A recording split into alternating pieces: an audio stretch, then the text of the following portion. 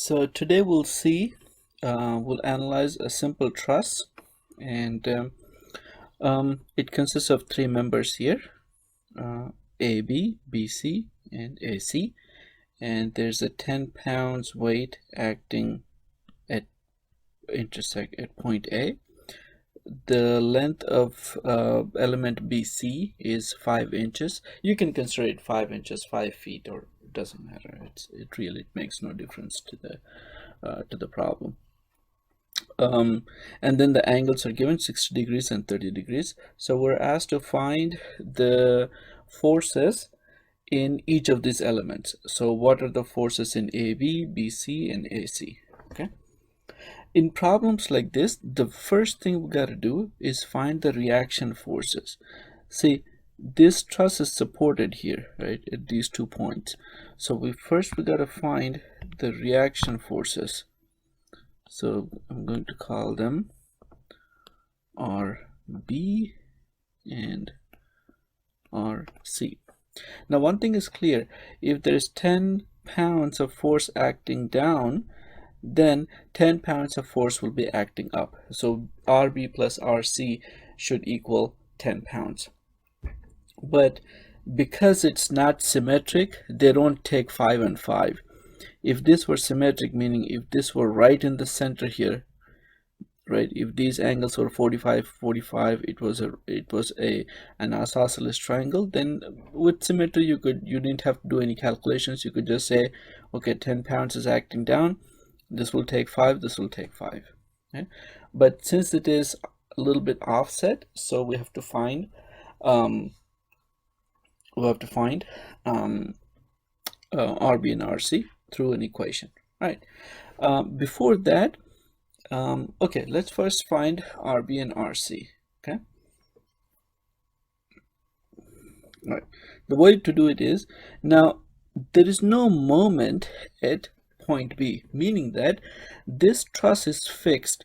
It's not rotating about point B, right? It is static and it's not rotating at point B. Therefore, all the moments at point B, when you take all the moments that are acting on point B, they should be equal to 0. Okay, all right, so let's see. RC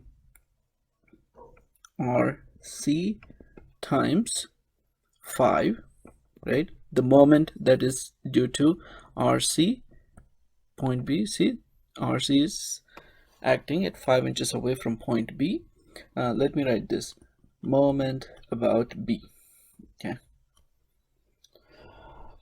Okay, this is going counterclockwise. We'll consider that positive. Clockwise, we'll consider negative. Now, 10 pounds is acting, trying to turn it this way, right? Trying to turn it this way, counterclockwise. So we got to take that into account. Let me just erase this. Okay. So minus 10 times. Now we got to find this distance here. We got to find that distance, right? We got to find, let's call this from B to point D, right? BD. We got to find, because this 10 pounds is acting, the 10 pounds is acting here at this distance. So we got to know that. All right, how do we find? It's simple. If you consider this big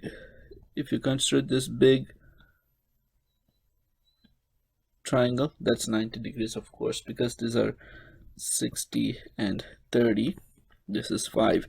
Now we know sine 30 is opposite over hypotenuse. Now sine 30, we know the value is half.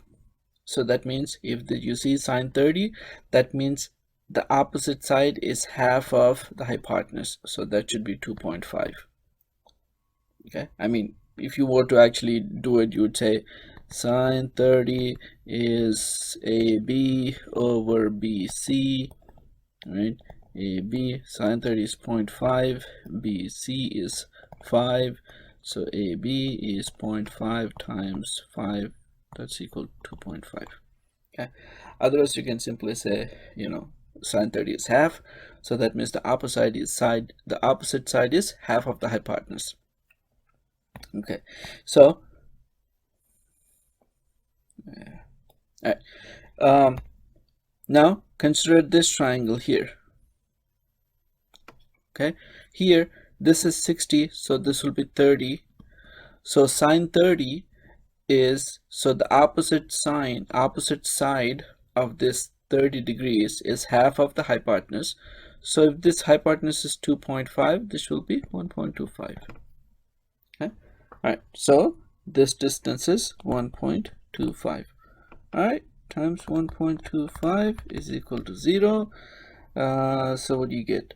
RC is equal to, multiply that, so you get 10 times 1.25 divided by 5, that's equal to 2 times, so that's 2.5 pounds. Okay, so RC, so that's 2.5. now we know. Okay, of course you can do the same thing. You can do moment about C, then RB times 5 minus 10 times, if this is 1.25, this will be 3.75, right?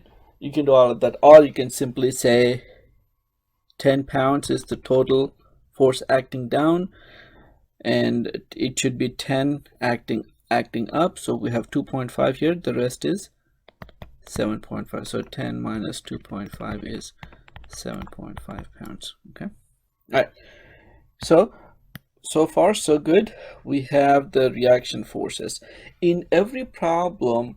You can do this blindly, right? First calculate the reaction forces, right? This is something that 99% of the problems will need. Calculating the reaction forces, that's the first thing you do. After that, even if you fumble with other calculations or something, at least you'll get points for this. Okay, so this is the easiest thing you can do. All right, now that we have the reaction forces, we need to find the forces in these elements A, B, and B, C.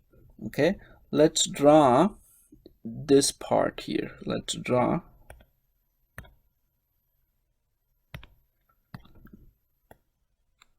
okay, so that's AB,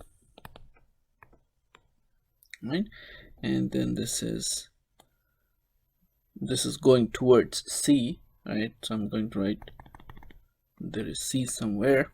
Okay, and what we're doing here is drawing just the free body diagram at point B, so the forces that are acting at point B. This is also called method of joints.